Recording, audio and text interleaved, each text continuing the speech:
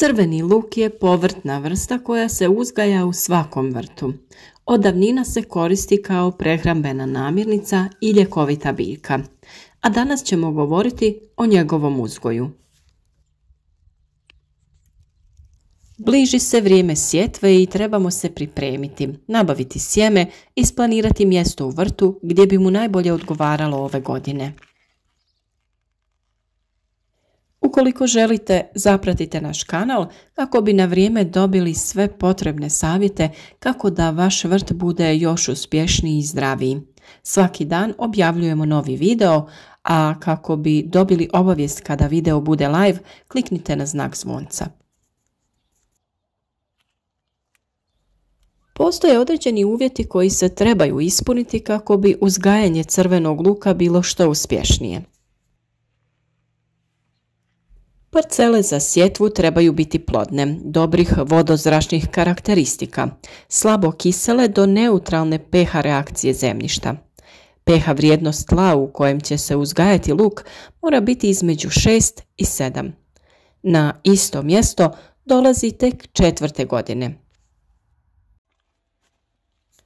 Luk se sadi poslije kultura koje su gnojene stajnjakom i koje ostavljaju nezakorovljene parcele. Dobri predusjevi za crveni luk su kupus, mrkva, grašak, grah, tikvice i druge povrtne vrste. Posebno je mrkva dobra kao predusjev, ali i kao združeni usjev sa crvenim lukom. Mrkva luk štiti od napada lukove muhe, dok luk štiti mrkvu od napada mrkvine muhe. Za proljetnu sjetvu sa obradom tla treba započeti u jesen. Ovisno o rezultatima analize tla, za gnojidbu se koristi dosta NPK gnojiva u korist kalija i dušika. Nakon oranja i gnojidbe brazde se zatvaraju tanjuranjem. Prije same sjetve treba dodati još NPK gnojiva omjera 7:14:21.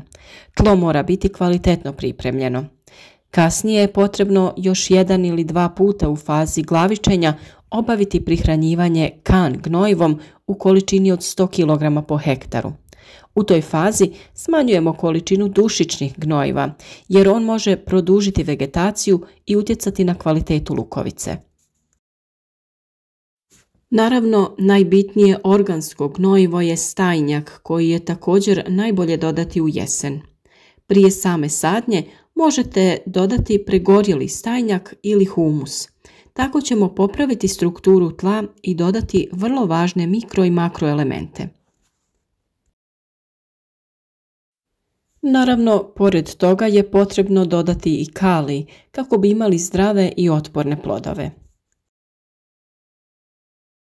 Nakon dodavanja stajnjaka potrebno je zemlju dobro promiješati kako bi bila rahla i pogodna za sjetvu. Sljedeće što ćemo prije same sadnje učiniti jeste posuti drvenim pepelom naše gredice. Pepeo će djelovati kao dezinficirajuće sredstvo, kao zaštita od štetnika i kao gnojivo. Protiv lukove muhe, kao dodatak kompostu ili za obogaćivanje tla, pepeo od drveta se koristi u vrtovima za brojne namjene. S obzirom na to da je pepeo nastao sagorijevanjem biljaka, on sadrži 13 osnovnih elemenata potrebnih za rast biljke. Izvrstan je izvor kalcija, kalija i mikroelemenata za vrt. Njegova glavna zadaća u tlu je smanjenje kiselosti sredine, a luku je to prijeko potrebno jer ne voli kisela tla. Velik je broj sorti crvenog luka koje se međusobno razlikuju prema namjeni, vremenu sjetve, obliku, boji i veličini glavice, prema ljutini, otpornosti na bolesti. Razlikujemo sorte koje su namijenjene za potrošnju mladog luka, za svježu upotrebu i za čuvanje. Ovisno o sorti i agrotehničkim uslovima, period vegetacije traje od 90 do 180 dana. Prije sijanja pregledajte lučice i odvojite sve one koje su možda oštećene, nagnječene, trule ili mekane. Takve lučice nisu zdrave, neće klijati niti dati plod.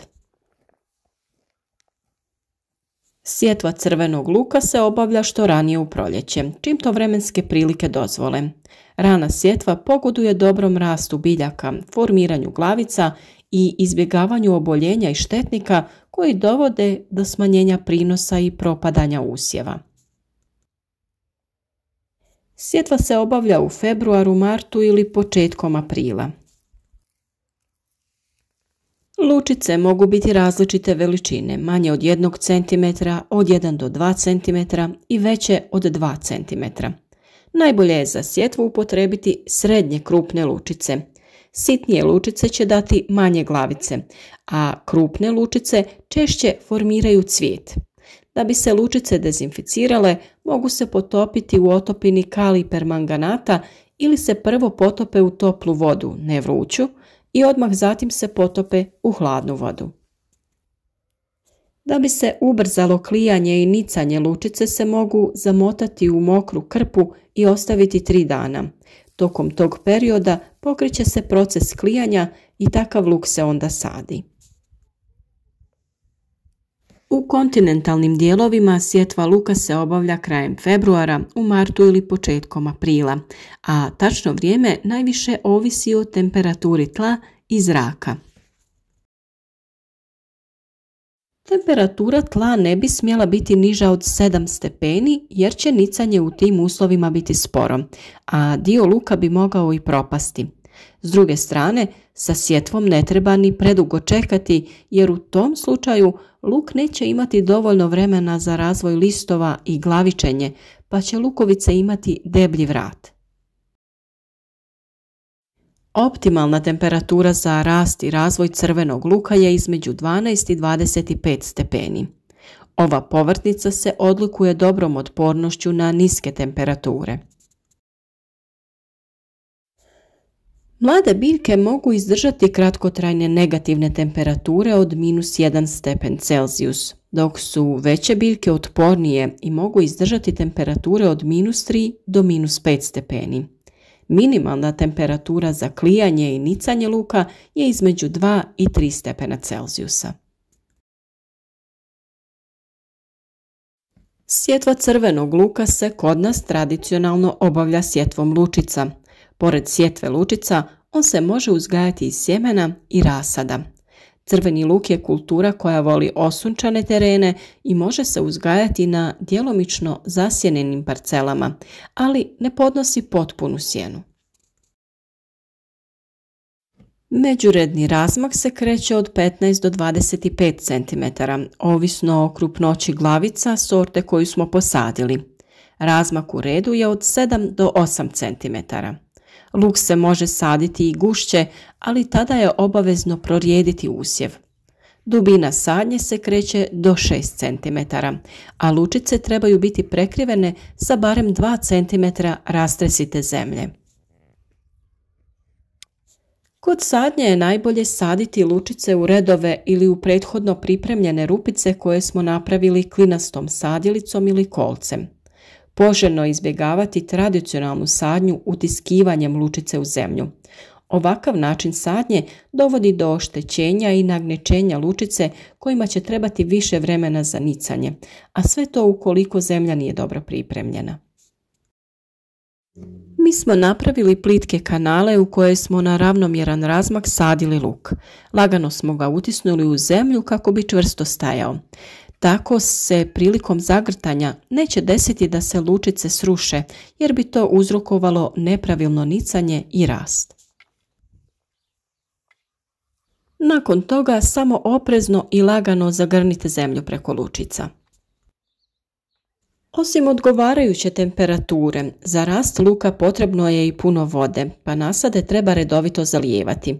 Navodnjavanje je posebno važno u početnoj fazi rasta i tokom razvoja u proljetnim mjesecima. Navodnjavanje se može vršiti sustavom kišenja ili sustavom kap po kap. Za vrijeme sušnih razdoblja treba ga intenzivnije zalijevati. Kod uzgoja luka velik problem predstavljaju korovi. Kod direktne sjetve mogu izrasti prije luka pa ga na kraju uguše. Stoga sve dok se biljke ne oblikuju, nasade treba redovito okopavati i plijeviti, ali oprezno jer je korijenje relativno plitko. Najčešće su dovoljna 2 do 3 kultiviranja. Prvo se obavlja odmah nakon nicanja, drugo 2 do 3 tjedna kasnije, a treće po potrebi. Mi koristimo metodu malčiranja slamom u borbi protiv korova i pri zadržavanju vlage, tako da smanjujemo učestalost zalijevanja, a naš luk je stvarno bio odličan, kvalitetan i krupnih glavica. Kao i svaka biljka, tako i luk ima svoje nametnike i bolesti, poput lukove muhe, moljca, plamenjače, truleži uslijed dugotrajnih kiša i drugih bolesti. Dezinfekciju i prevenciju smo uradili dodavanjem pepela, a o borbi protiv ovih drugih pojava pričati ćemo na vrijeme u nekom drugom videu. Na našem kanalu već imate dosta video savjeta na temu luka. Također imate i video o 3 načina sadnje luka, pa možete da isprobate jednu metodu koja se vama čini najprihvatljivija. Nama su se sve 3 metode jednako dobro pokazale, tako da je jedina razlika u vremenu trajanja sadnje i o tome koja vam je metoda lakša za rad. U svakom slučaju, za još savjeta zapratite naš kanal, a klikom na zvonce osigurajte sebi obavijesti o svakom novom video savjetu. Naravno, ostavite nam i komentar kako vi uzgajate luk, ako imate neki savjet za naše ostale pratitelje i pišite nam otkud nas sve pratite.